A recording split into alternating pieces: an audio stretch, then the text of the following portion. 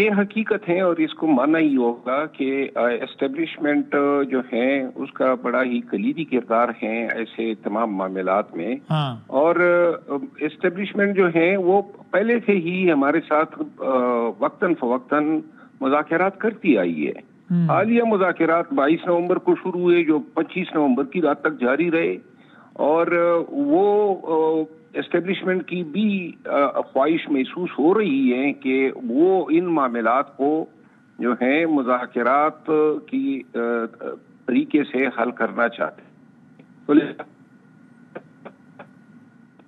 اچھا یعنی آپ کہہ رہے ہیں آپ کو اسٹیبلشمنٹ کی طرف سے بھی اشارے ہیں، آپ کے پاس وجوہات ہیں اس بات پہ یقین کرنے کے لیے کہ اسٹیبلشمنٹ بھی چاہتی ہے کہ مذاکرات سے معاملہ حل ہو؟ انہوں نے ہمیں انگیج رکھا ہے، انہوں نے ہم سے مذاکرات کیے ہیں اور ان کی ولنگنس تھی.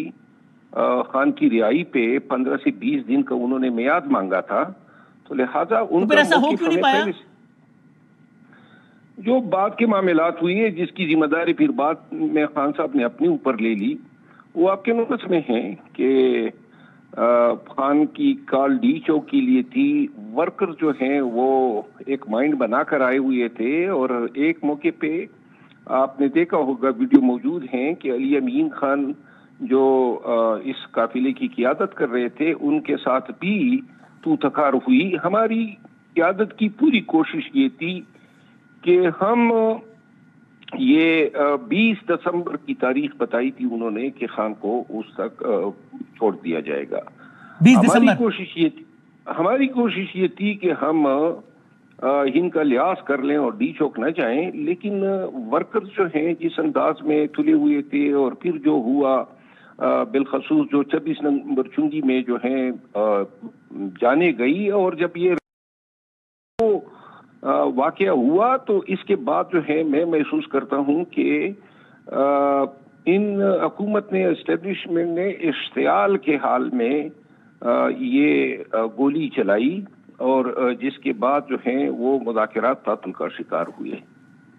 یعنی اگر اس رات کچھ بھی ایسا ہو جاتا کہ ورکرز وہاں تک نہ جاتے اور یہاں اشتعال نہ بڑھتا تو عجب نہیں تھا کہ اگلے کچھ دنوں میں خان صاحب رہا ہو چکے ہوتے.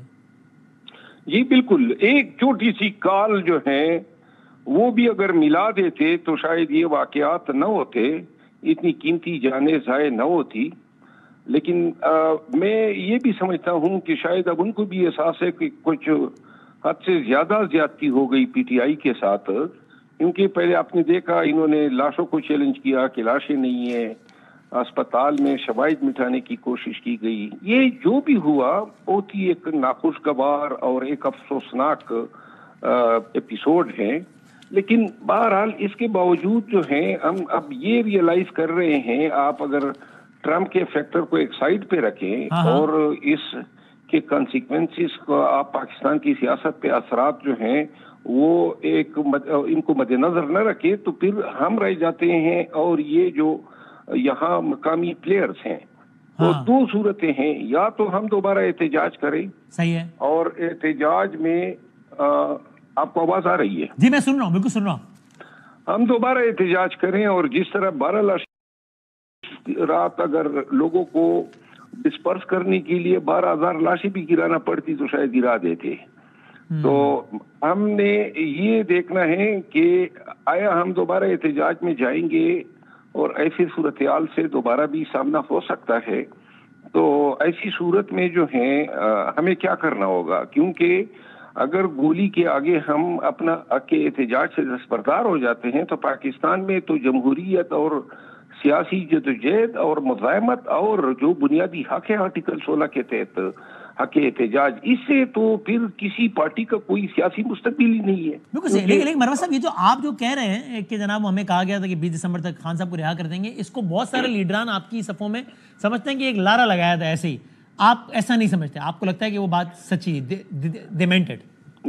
انہوں نے کہا تھا کہ تب تک آپ دھرنا دے دیں سنگجانی کے مقام پہ جب تک خان نہیں آتے ہیں. یہ ساتھ میں پیشکش تھی. تو پھر تو گویا ایک اچھا ایک موقع ضائع ہو گیا، کسی کی بھی غلطی اس ڈیٹیل میں جائے بغیر، لیکن ایک اچھا موقع ضائع ہو گیا نا. میرا خیال ہے کہ ہم نے بھی ضائع کیا، لیکن پھر جو ہمارے ساتھ رویہ روا رکھا گیا وہ پھر ظلم و بربریت تھی. اتنی بڑی سزا نہیں بنتی تھی کہ ڈی چوک کو مقتل بنا دیتے.